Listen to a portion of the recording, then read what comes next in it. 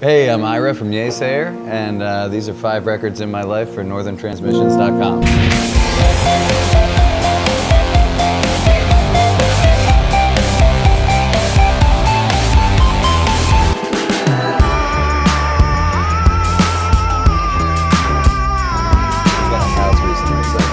Record collection. So most of the records I've been listening to are records that have been kind of gathering dust on a shelf in my studio. I started listening to, speaking of that, listening to Donny Hathaway live album a lot, which I've talked about in the past a bunch, but is always a perennial favorite. But he does a cover of Jealous Guy on that, the John Lennon song, and it's such a different take on that song. Donny Hathaway is a phenomenal keyboard player, and he has this kind of, it's almost like a honky-tonk feel in a way. It's like a honky-tonk R&B kind of feel, which brings kind of a levity to it that the Lennon version doesn't have. But at the same time, the lyrical content and the way Donny Hathaway's, the character of his voice, and again, the phrasing of the lyrics and the melodic structure keep it grounded in the pain, so you can kind of see, it's like you see the multifaceted part of a human being. It's like on the outskirts, it's I'm twinkling, I'm trying to deal with this, I'm walking through life, I'm great, but like it's also like I'm really vulnerable and I'm really hurt, and I'm at fault and I'm trying to figure these things out. There's another piano player who my dad introduced me to a long time ago, Oscar Peterson. Yeah. Canadian. Yeah, that's right. Yeah. I don't know if he was born in Canada, but he lived in Montreal for many, many years. Yeah. So there's an album, I have a bunch of his albums, but I kind of been repeating this one live in Amsterdam. And I think it's Ray Brown on bass. And I want to say Max Roach on drums, but that might be wrong. So I am not. Pretty good company. Let's just say it is. Yeah. But I can't remember if it is. And again, all apologies, because very, very well-known record, and I should know the players on it. But it's that's such a refreshing piece of music, because on one side you have a level of musicianship that.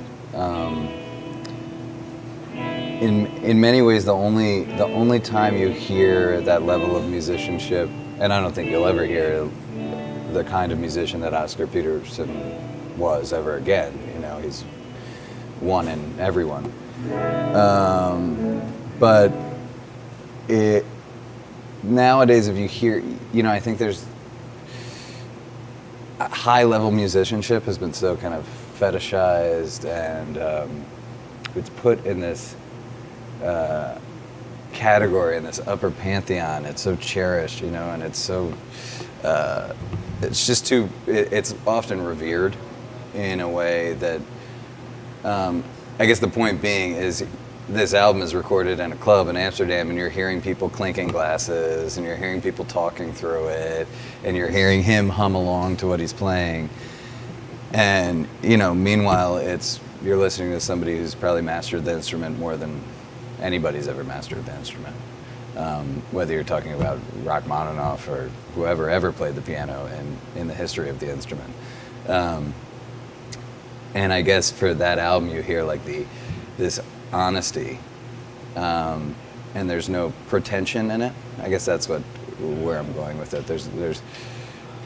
There's no pretension, and for me, that's, as music and musicians get more and more talented, that I like enjoying. I love, hearing people that you can still just really hear that kind of honest voice, and it doesn't get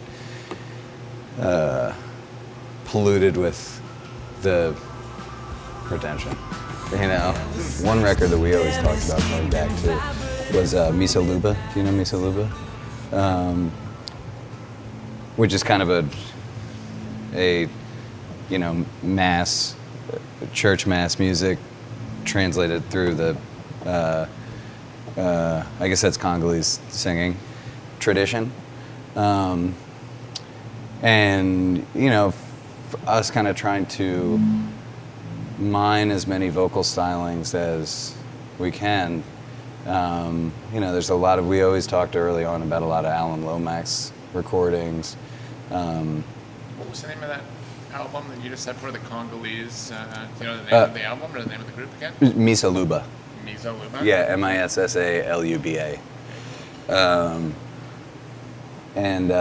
It's an amazing record because it is, Western church music sung in a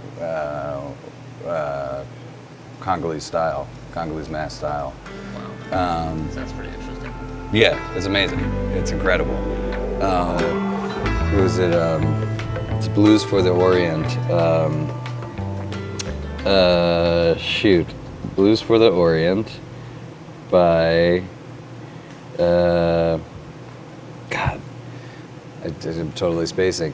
But it's a cover of the love theme from Spartacus, and which is very strange. I know probably some people would hear it, and it out of context, it doesn't hit people in that way. But it was a song that kind of I latched onto. I was going through some things in my life, and then I just that song always on repeat in a certain mood. I mean, the last thing I heard, and there's been a lot of kind of stuff that's disseminated from it, but the Kendrick Lamar record, and I know that's a best of record and a big record, but and there's been a lot of musicians that were involved with that record who have kind of who have kind of risen up a little bit more because of it. And I love that record mostly because it's a level of creativity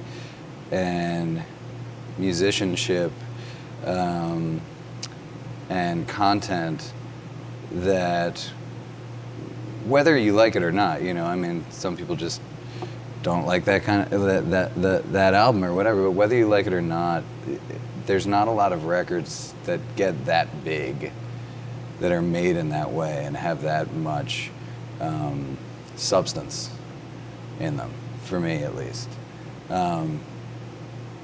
So that kind of for me is a standout record for a big record.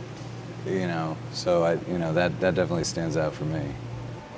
Thanks so much. Yeah, nice talking to you guys. Yeah, it was appreciated. What's that?